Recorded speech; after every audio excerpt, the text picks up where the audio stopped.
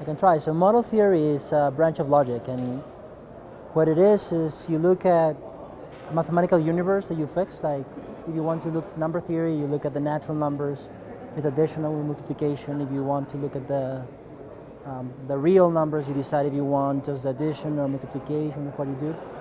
And then model theory starts to look for foundational properties of these structures, like how can they differentiate one from the other, whether one can interpret the other or backwards, or if there's a big reason why you cannot do this, and that's a little bit what model theory does. So my favorite description of model theory is that model theory is the map of tame mathematical structures. So it doesn't involve too much things like analysis, but it fits very much into algebra.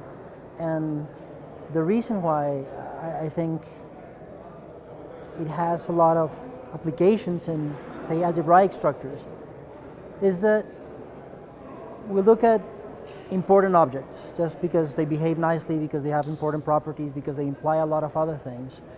And these nice behaved objects tend to appear all the time. So many times the way that model theory appears is as answers to in what sort of universe can this property be true, and then we've studied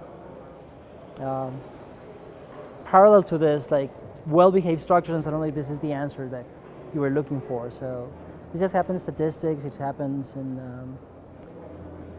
analytifications of discrete fields, and it happens over and over again. But I think this is the core, that looking at foundational things, looking at well-behaved objects and properties, you can sort of find nice objects that you were not even looking for.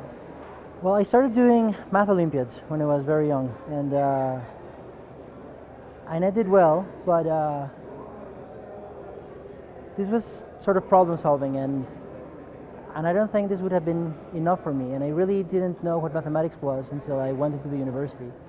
So until very little before going to study mathematics, I was thinking of going into philosophy or engineering, and then I got a scholarship, and then I started studying mathematics, and I realized that there was much more than just problem solving, and I started falling in love with it. And well, more and more, like I think physical sciences has always looked at mathematics to explain how the world behaves, but more and more even things like psychology and social sciences are turning to look at mathematics for explanations, and they're giving us more and more challenging problems that I think are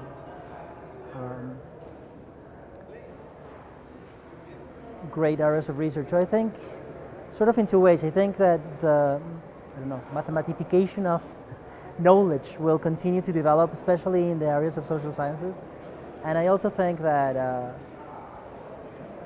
because of this, it will be much more socially widespread understanding mathematics, because it will be sort of what you need to understand the world, and that's what I think is going to be.